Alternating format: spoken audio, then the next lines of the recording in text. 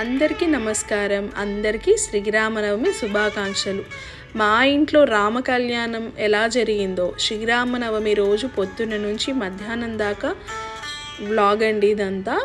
మేము early morning లేచాము. ఆ రోజు లేచి ఇల్లంతా ఊడ్చేసి మాప్ పెట్టేసుకున్నాను.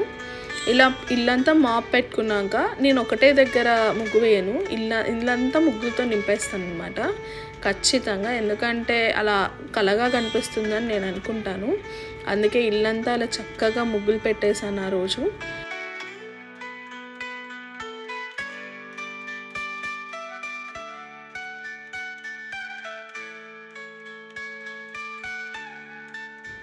చూసారు కదా ఇల్లంతా ఎంత ఫ్రెష్గా కనిపిస్తుందో.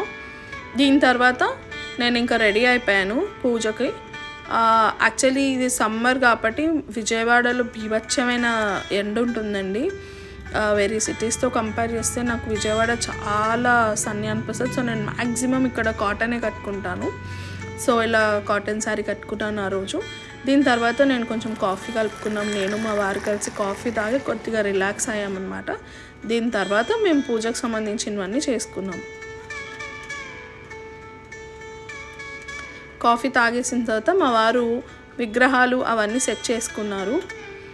సీతమ్మ వారు, రామలక్ష్మణులు, హనుమంతుడు అన్నీ సెట్ చేసుకున్నారు.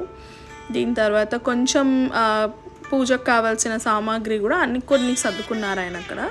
నేను ఈలోపు పూజకు రెడీ అయిపోవాలి కాబట్టి కాళ్ళకి పసుపు అవన్నీ ప్రిపేర్ అయిపోతున్నాను. దీని తర్వాత స్వామివారికి జీలకర్ర బెల్లం ఒకటి ప్రిపేర్ చేయాలి కాబట్టి జీలకర్ర బెల్లం ప్రిపేర్ చేస్తున్నాను. జీలకర్ర బెల్లం ఎలా అంటే ఫస్ట్ మనం జీలకర్రని బాగా దంచేయాలి. ఎందుకు అంటే డైరెక్ట్ బెల్లం కలిపితే జీలకర్ర చితకదు. కాబట్టి జీలకర్ర బాగా కొద్దిగా దంచిన తర్వాత బెల్లం వేసి కలిపితే మీకు మంచిగా మిక్స్ అవుతుందన్నమాట. చక్కగా ఇలా ఉండల్లాగా వస్తాయన్నమాట. చూసారుగా ఇలా మంచిగా ఉండల్లాగా వస్తాయి. మీకు ఏంటంటే ఈజీగా ఉండ చుట్టడానికి ఈజీగా ఉంటుంది. ప్లస్ స్టిక్కీగా అని కూడా అనిపించదు మీకు. దాని తర్వాత జ్యోతులు చేస్తాం మేము ఖచ్చితంగా. కళ్యాణాలు చేస్తే ఆ జ్యోతులు అవి చేయడానికి బెల్లము బియ్యపిండి వేసి కలుపుతాము. ఈలోపు చలిమిడి కూడా దీంతోనే చేసేస్తాం మేము. ఈలోపు మా వారు దండలు గుచ్చుతున్నారు స్వామివారికి అమ్మవారికి. పిండి కలిపేటప్పుడు కొంచెం చిన్నవి మెత్తకపోతే మెత్తగా తుంచి కలుపుతాను. అయిపోయిన తర్వాత కళ్యాణానికి కూర్చున్నాము ఇద్దరము. ఈలోపు జ్యోతులు అవన్నీ ప్రిపేర్ చేసుకున్నాను. మా వారు పూజ మొదలు పెట్టారనమాట.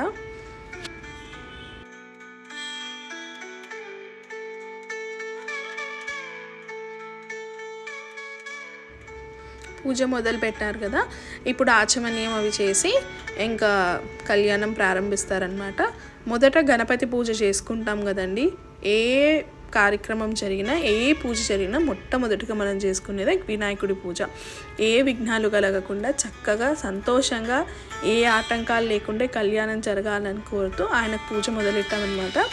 ఆయనకు పూజ చేసిన తర్వాత నేను ఈలోపు మధ్యలో సూత్రాలు అమ్మవారికి, తర్వాత మాకు కంకణాలు, కళ్యాణంలో కట్టుకోవాల్సిన కంకణాలు అవన్నీ ఉంటాయి కదా, అవన్నీ చేస్తూ కూర్చున్నాను. ఈ మధ్యలో తలంబ్రాలు అవి కూడా కలుపుతూ ఉన్నాను. అంటే ఆయన చేస్తూ ఉన్నారు కాబట్టి పక్కన నాకు కొద్దిగా స్పేస్ ఉండి అవన్నీ చేస్తున్నాను.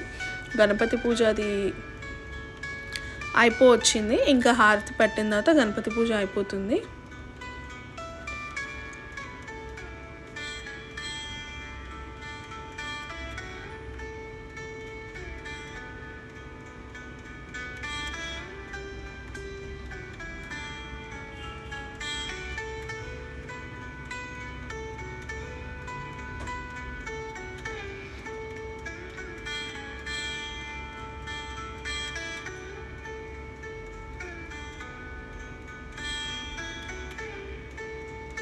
ఇప్పుడు పుణ్యావచనం చేస్తున్నారండి.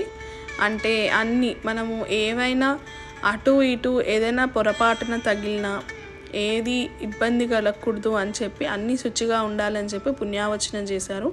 ఈ మధ్యలో నేను స్వామివారికి అమ్మవారికి ఇద్దరికి బుగ్గన చుక్క పెడుతున్నాను అనమాట. ఆ పుణ్యావచనం చేసిన నీళ్ళు ఇప్పుడు మా మీద చల్లుతున్నారు.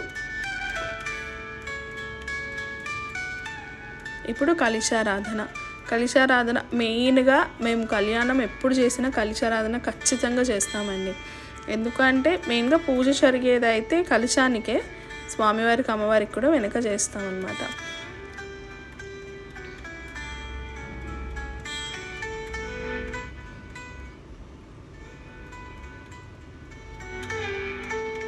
తర్వాత మండపారాధన చేసాము. ఆ తర్వాత కలశానికి పూజ మొదలెట్టామన్నమాట. ఇప్పుడే తలంబ్రాలు అవి కలుపుకుంటున్నాను నేను పక్కన. అస్సలు ఎర్లీ మార్నింగ్ లేచామనే కానీ పిల్లలతో అసలు టైం సరిపోదండి, చాలా హడావిడి అవుతుంది. అయినా స్టిల్ మేము మేనేజ్ చేసుకున్నాము. ఆ తర్వాత ఇంకా కంకణాలు కట్టుకున్నాం. ఇప్పుడు కళ్యాణం మొదలు పెడతాం కాబట్టి కంకణాలు మొదలుపెట్టి కళ్యాణాన్ని మొదలు పెడతాం. మేమిద్దరం కట్టుకున్న తర్వాత ఒకరికొకరం స్వామివారికి అమ్మవారికి కూడా కంకణాలు కట్టామన్నమాట.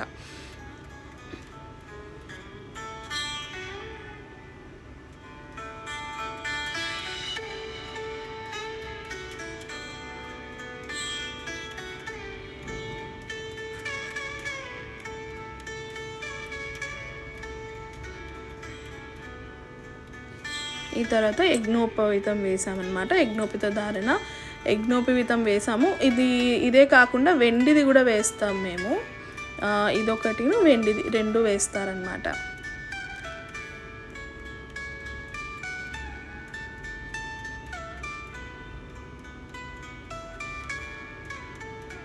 ఇప్పుడు స్వామివారికి కాళ్ళు కడుగుతున్నారండి. కాళ్ళు కడిగి ఆ నీళ్లు మా మీద కూడా చల్లుకున్నాం. ఆ తర్వాత ఇప్పుడు అమ్మవారికి అయ్యవారికి ఇద్దరికి బట్టలు పెడుతున్నాం అన్నమాట. బట్టలు పెట్టి ఆ తర్వాత ఇంకా కన్యాదానం ఒకటి ఉంటుంది కదా, ఆ ఘట్టం అన్నమాట. నెక్స్ట్ అసలు ఇలా మనం చేయడం చాలా చాలా అదృష్టం ఉండాలండి. మనము టైం తీసుకొని చేయాలి కానీ ఎంతో చాలా అసలు ఆ రోజు మాకు చాలా మేము ప్రతి సంవత్సరం ఇలా చేసుకుంటూ ఉంటాము. కానీ ఈసారి నేను ఇలా వ్లాగ్ తీసి పెడుతున్నాను అనమాట. మాకు ప్రత్యేక రోజులు ఖచ్చితంగా ఏవో ఒక కార్యక్రమాలు ఇంట్లో చేస్తూనే ఉంటాం మేము. ఇప్పుడు సుముహూర్తం అన్నమాట. స్వామివారికి అమ్మవారికి జీలకర్ర బెల్లము పెడుతున్నారు.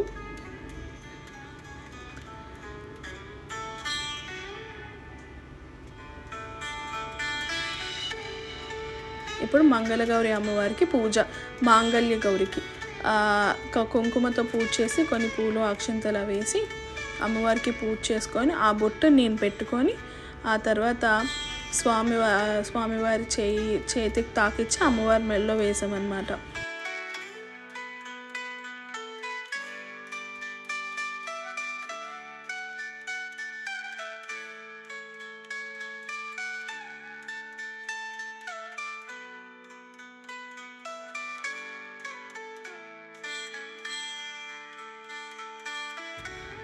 ఇప్పుడు తలంబ్రాలు స్టార్ట్ అయ్యాయి.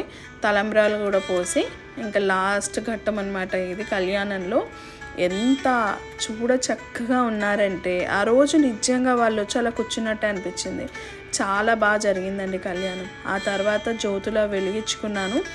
మా వారు అమ్మవారి కన్యాదానం చేసిన నీళ్ళు అవన్నీ మా మీద ప్రోక్షణ చేశారు.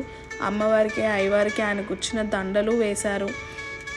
ఎంతో బాగా జరిగింది మా ఇంట్లో కళ్యాణం మటుకు. ఆ రోజు తెల్లవారుజామునే చేసేసుకున్నాం. అంటే 6:30, 7 అయిపోయాయి అప్పటికే అన్నీ. ఎందుకంటే ఆయనకి బయట ఇంకా కార్యక్రమాలు ఉండడం వల్ల పెందలాడే అన్నీ పూర్తి చేసేసుకున్నాము. చక్కగా అలా పూజ చేసుకొని తీర్థ ప్రసాదాలు తీసుకొని నెక్స్ట్ ఇంకా మిగతా పనులు స్టార్ట్ చేసామన్నమాట. కానీ మేము ఇలా చేసుకోవాలి అంటే చాలా ప్రిపరేషన్ ఉంటుంది మాకు ముందు రోజే. కానీ ఖచ్చితంగా మేము మానుకోము. ఇలాంటి ఏ ప్రత్యేక రోజులైనా ఎప్పుడు మానుకోకుండా మాత్రం ఖచ్చితంగా చేసుకుంటాము. ఈసారి మాత్రం నేను ఈ వ్లాగ్ చేయాలి అనుకొని అంటే మీకు చూపించాలనుకొని నేను ఈ వ్లాగ్ అంతా చేశానన్నమాట.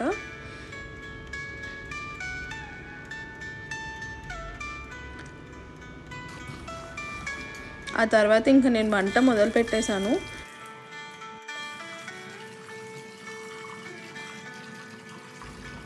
ఆ రోజు పెద్దగా స్పెషల్స్ ఏం చేయలేదు, చాలా సింపుల్గా రెగ్యులర్ వంటలే. కానీ గారెలు బజ్జీలు ఒక్కటే నేను ఎక్స్ట్రాగా చేసింది. ఆల్రెడీ పరవన్నం మా వారు మహానైవేద్యంగా వండి పెట్టేశారు కాబట్టి నేను ఇంకా స్వీట్ ఏం ప్రిపేర్ చేయలేదు. ఆ రోజు సింపుల్గా పప్పు కూర అవి చేశాను అనమాట, అంతే. మీరు కూడా శ్రీరామనవమి రోజు ఇలా కళ్యాణాలు చేసుకున్నారా? ఎలా చేసుకున్నారో మీ కమెంట్స్ ద్వారా చెప్పండి. ఇంకా మీరు ఏమేమి స్పెషల్స్ వండుకున్నారా ఆ రోజు అవి కూడా చెప్పండి ఖచ్చితంగా.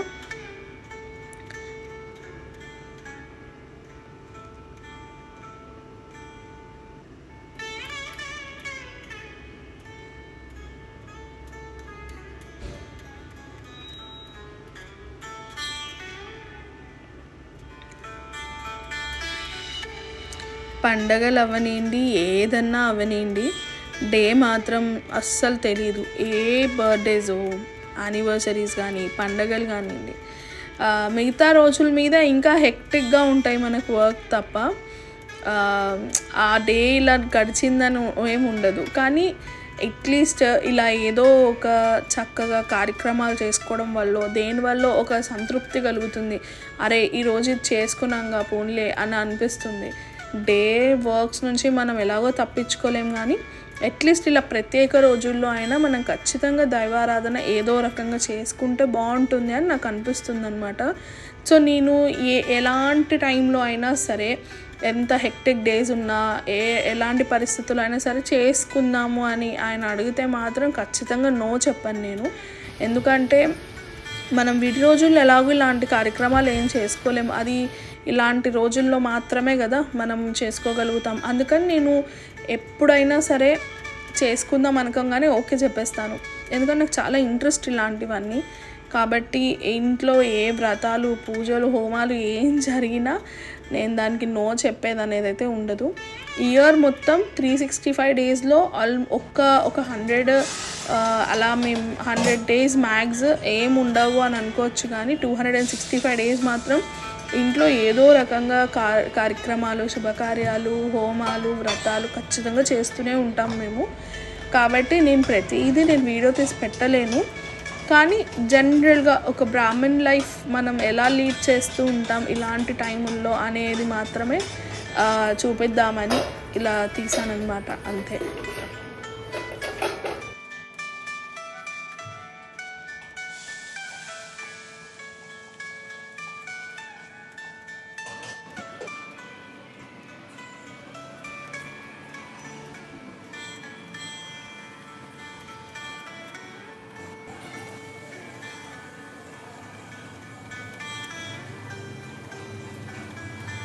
ఆ రోజు నేను కొంచెం హడావిడిగా పిండి రుబ్బేసరికి లైట్గా జారైంది పిండి, గారెల పిండి. కాబట్టి గారెలు ఇలా వచ్చాయన్నమాట.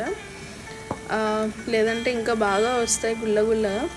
ఏదో ఇంకా రోజు ఉన్న హడావిడిలో గబగబా చేసేయడం వల్ల అలా అయింది. అన్నం వండేసాను, చారు వండాను ఆ రోజు, క్యారెట్ కూర, మామిడికాయ పప్పు, బజ్జీలు, ఆలుగడ్డ బజ్జీలు, అవి గారెలు.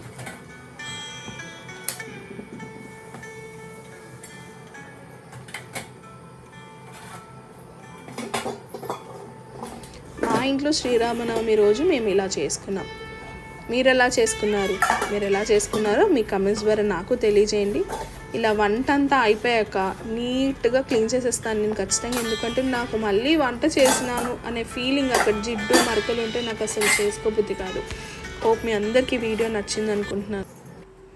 నచ్చితే మీ ఫ్యామిలీ మెంబర్స్కి, ఫ్రెండ్స్కి కూడా షేర్ చేయండి. Please do support with your like and subscribe. ఇలాంటి మరిన్ని వ్లాగ్స్ మీ ముందుకు తీసుకొస్తాను. Thank you for watching unfiltered Chronicles by Sujatha. See you next week again.